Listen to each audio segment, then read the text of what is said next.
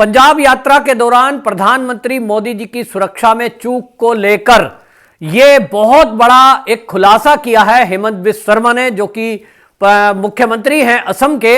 उन्होंने बाकायदा press conference की गुवाहाटी के अंदर और उन्होंने ये सीधा सीधा कांग्रेस के ऊपर आरोप लगाया कि ये जो मोदी जी की सुरक्षा का चूक का मामला कहा जा रहा है, ये वाकई में चूक नहीं है, ये एक षड्यंत्र है। और इस षड्यंत्र में सीएम पंजाब के जो चरणजीत सिंह चन्नी हैं वो, और इसमें कांग्रेस का आला कमान, पार्टी आला कमान भी इसमें शामिल है। यह आरोप हेमंत बिस्वा शर्मा के द्वारा लगाया गया, इसलिए भी महत्वपूर्ण है क्योंकि आपको बता दूं हेमंत बिस्वा शर्मा वो व्यक्ति हैं जो खुद कांग्रेस में लंबे समय तक रहे हैं और राहुल गांधी के खासम खास कहे जाते हैं, राहुल गांधी की मित्र मंडली में रहे हैं। ऐसे में उनका जो बयान है वो वाकई में बहुत महत्वपूर्ण हो जाता है क्योंकि उनको कांग्रेस के कार्य करने का तरीका अंदर से मालूम है। और इसलिए आपको बताएं, ये प्रेस कॉन्फ्रेंस करके जो आरोप है, यूं तो स्मृति ईरानी केंद्रीय मंत्री हैं, उन्होंने भी ये सेम आरोप लगाया। यूपी के जो सीएम हैं योगी आदित्यनाथ, उन्होंने भी प्रेस कॉन्फ्रेंस की थी दिल्ली मुख्यालय में, बीजेपी के कार्यालय में, उन्होंने भी सेम यही आरोप लगाया कि ये खूनी षड्यंत्र था। इस पर शिवराज चौहान जो कि मध्य प्रदेश के सीएम हैं, उन्होंने भी सेम आरोप लगाया था। लेकिन इस सब में हेमंत बिस्वा शर्मा का जो बयान है वो सबसे ज्यादा महत्वपूर्ण माना जा रहा है क्योंकि वो पुराने कांग्रेसी रहे हैं, उनको कांग्रेस का कल्चर पता है। तो उनसे जब कहा गया, उनसे ऑफ द रिकॉर्ड भी उन्होंने कहा कि कांग्रेस का ये कल्चर है कि जो उनको दिखाई देता है कि वो उनके रास्ते में आ सकता है, उनकी जो राजनीतिक महत्वाकांक्षा है वो पूरी नहीं हो रही है, तो वो कुछ भी कर सकते हैं। और कुछ भी कर सकते हैं तो इस तरह का षड्यंत्र भी कर सकते हैं। उन्होंने वाकई में इसका खुलासा किया और उन्होंने ये तक कहा कि आप देखिए कि एक प्रदेश का सीएम है, उनको प्रोटोकॉल के तहत, ब्लू बुक के तहत, नियम के तहत उनको मोदी जी के काफिले में रहना था, उनको रिसीव करने जाना था, डीजीपी को जाना था, वो भी नहीं गया, मुख्य सचिव भी नहीं गया, सीएम भी नहीं गया। ये इत्तेफाक नहीं हो सकता, ये षड्यंत्र का हिस्सा है। और इस षड्यंत्र में आपको बता दें, तब ये बात महत्वपूर्ण ज्यादा हो जाती है कि जब ये सीआईडी के जो डीएसपी हैं फिरोजपुर के, उनका एक स्टिंग हुआ है और उन्होंने उस स्टिंग में बोला है कि मेरे पास ये इनपुट आई थी कि जो आंदोलनकारी हैं, इन आंदोलनकारियों में कुछ खालिस्तानी आतंकवादी भी शामिल हो सकते हैं जो मोदी जी की हत्या का प्रयास कर सकते हैं। अब इतनी बड़ी इनपुट मिली थी और इसके बाद इन्होंने आला अधिकारियों को इस बात की जानकारी दी थी, लेकिन इसके बावजूद आंदोलनकारियों को बीच में से हटाने के लिए कोई प्रयास नहीं किए गए। और जिस पुल के ऊपर मोदी जी के गाड़ी के काफिले को रोका गया था, उस पुल के दोनों तरफ ट्रैफिक था, मतलब एक तरफ मोदी जी की गाड़ी थी, दूसरी तरफ जो अपोजिट साइड है उसमें भी ट्रैफिक चल रहा था। अब पंजाब के लोग भी कह रहे हैं कि मोदी जी की जान को जिस तरह से खतरे में डाला गया, ये तो बहुत खतरनाक है क्योंकि दूसरी तरफ ट्रैफिक चल रहा है। एक तरफ का मान लीजिए आपने रोका हुआ है, एसपीजी ने चारों तरफ से मोदी की गाड़ी को घेरा हुआ है, हमने देखा गाड़ी आड़ी तिरछी खड़ी है, कोई दूसरी गाड़ी ना आ जाए। लेकिन जो दूसरी साइड जिसमें ट्रैफिक चल रहा है, वहां तो रॉकेट लॉन्चर बैठ के गाड़ी के अंदर कोई भी बैठ जाएगा और मोदी की गाड़ी को हिट कर सकते थे। इस तरह का षड्यंत्र ये भयंकर है। और इस षड्यंत्र में प्रियंका गांधी का क्या रोल है, राहुल गांधी का क्या रोल है, और ये भी अब तो बातें सामने आ रही हैं कि राहुल गांधी जब इटली यात्रा पर थे, उन्होंने वहां से कुछ फोन कॉल किए हैं, उनको भी अब जांच के दायरे में लाया जा रहा है। और जैसा मैंने कहा कि वो सुप्रीम कोर्ट की देखरेख में एक कमेटी बनी हुई है जिसमें रिटायर्ड जस्टिस हैं, और वो रिटायर्ड जस्टिस की अध्यक्षता में बाकायदा एनआईए के अधिकारी भी जुड़े हुए हैं, पुलिस के उच्च अधिकारी जुड़े हुए हैं। वो सारे मामले की सब तथ्यों की जांच करेंगे। लेकिन लोगों का कहना यह है कि इस मामले में गृह मंत्रालय की जो टीम थी उसको तत्काल जो जानकारी जुटानी थी और जो जांच कर रही थी, सुप्रीम कोर्ट ने उसको रोक कर भी गलत किया है। अभी तक तो रिजल्ट उसका सामने आ जाना चाहिए था। सुप्रीम कोर्ट को इस मामले में कुछ नहीं बोलना चाहिए था, लेकिन इस देश की एक परिपाटी है कि सुप्रीम कोर्ट के विरुद्ध कोई बोल नहीं सकता। कहीं ना कहीं लोगों को यह लगता है कि यह भी एक षड्यंत्र का हिस्सा तो नहीं है कि जो केंद्र की एजेंसियां जांच कर रही थी, जो गृह मंत्रालय की टीम पहले ही दिन एक्टिव हो गई थी, उसकी जांच को रोकने का तो कोई एक कारण नहीं है।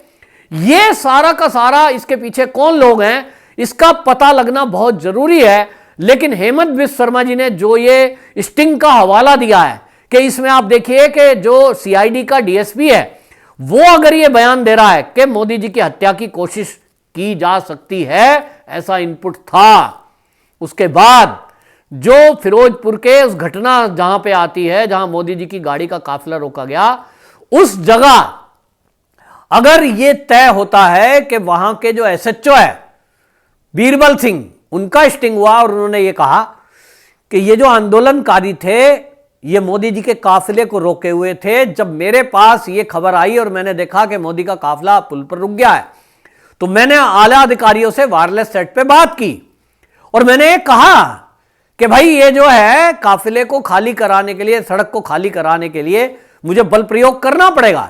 तो वो एसएचओ कहते हैं कि हमें बल प्रयोग क्या, लाठीचार्ज तक की भी अनुमति नहीं थी। तो रास्ता खाली होता तो कैसे?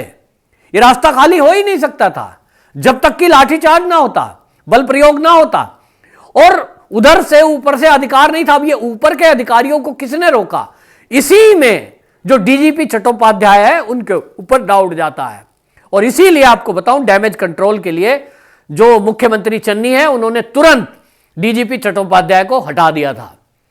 अब यह बात है कि एक तरफ तो कांग्रेस मजाक बना रही थी मोदी जी की इस यात्रा को, ये कह रहे थे साहब रैली में भीड़ नहीं आई इसलिए मोदी जी मुड़ के चले गए, ये पंजाब और पंजाबियत का अपमान कर रहे हैं। नवजोत सिंह सिद्धू का बयान आया, उस बयान को भी कोट किया। और आपको बताएं, हेमंत बिस्व शर्मा ने बाकायदा जो हरीश रावत का बयान था उसको गंभीरता से लिया। उन्होंने कहा देखिए हरीश रावत इतना सीनियर लीडर कांग्रेस के हैं और वो ये बयान दे रहे थे कि अगर मोदी जी 1 घंटा रुक जाते तो क्या बम फट जाता। चरणजीत सिंह चन्नी कह रहे थे कि पब्लिक नहीं थी रैली में इसलिए मुड़ के चले गए। कौन सा उनके ऊपर पथराव हुआ, कौन सा वहां गोली चली? नवजोत सिंह सिद्धू मोदी जी का मजाक बना रहे थे, मतलब वो मोदी को चिढ़ा कर ये चाहते थे कि मोदी जी को कभी कहीं रास्ते में अगर भीड़ रोके तो मोदी जी गाड़ी छोड़कर उस भीड़ में आ जाएं ताकि लोग आसानी से उनको मार सकें। तो ये क्या चाहते हैं? ये इस तरह की जो बयानबाजी थी कांग्रेसियों की और एक नैरेटिव सेट किया गया, जिस तरह से सोशल मीडिया पे मजाक बनाया गया, हाउस द जोश ये कांग्रेसी ने लिखा ट्विटर के ऊपर, ये सारे बयान दिखा रहे थे कि ये षड्यंत्र का एक हिस्सा है। इन्होंने पहले से तय कर रखा था कि डीजीपी को ये बेइज्जती करनी है और रास्ता रोकना है, कहना मानना नहीं है। नौकरी पे जो बात आएगी उसको देखा जाएगा, बाद में सुप्रीम कोर्ट, हाई कोर्ट, उसमें हम चैलेंज कर देंगे और इस मामले को उलझा के रखेंगे जब तक चुनाव हो जाएगा। ये सारी के सारे षड्यंत्र किए गए थे। और इसमें सीएम चन्नी और प्रियंका गांधी के बीच क्या बात हुई, यह भी पब्लिक डोमेन में आना बड़ा जरूरी है। शायद अब यह कभी पब्लिक में तो नहीं आ पाएगा क्योंकि बात सीक्रेट होती है, जांच भी सीक्रेट होगी और सुप्रीम कोर्ट में यह सारी जांच जाएगी। तो अब यह लोगों का लेकिन कहना है कि प्रियंका गांधी और चरणजीत सिंह चन्नी के बीच क्या बात हुई थी, क्या यह प्रियंका गांधी के कहने से सारा कुछ हुआ है? क्योंकि चरणजीत सिंह चन्नी की अकेले की यह हिम्मत नहीं है कि वो देश के प्रधानमंत्री की जान को जोखिम में डालने के लिए कोई किसी से सुपारी ले ले, किसी के कहने पे वो प्रेशर में आ जाए या वो इस तरह की सुरक्षा में चूक जानबूझ के करा दे। ये बहुत बड़ा काम है और ये इंटरनेशनल लेवल पे हुआ है। इंटरनेशनल कुछ ताकतें, जो देश विरोधी ताकतें हैं, ये उनके इशारे पे हुआ है और इसलिए इस मामले की जांच होनी चाहिए। और दूसरी बात, सारे देश से एक मांग उठ रही है कि यदि इस केस में सीएम चन्नी का हाथ है या प्रियंका गांधी या राहुल गांधी का हाथ है, जितने नेता हैं इनके हाथ का पता लगाना बहुत जरूरी है। और अगर ऐसा कुछ हुआ है तो इन नेताओं को भी जेल होनी चाहिए।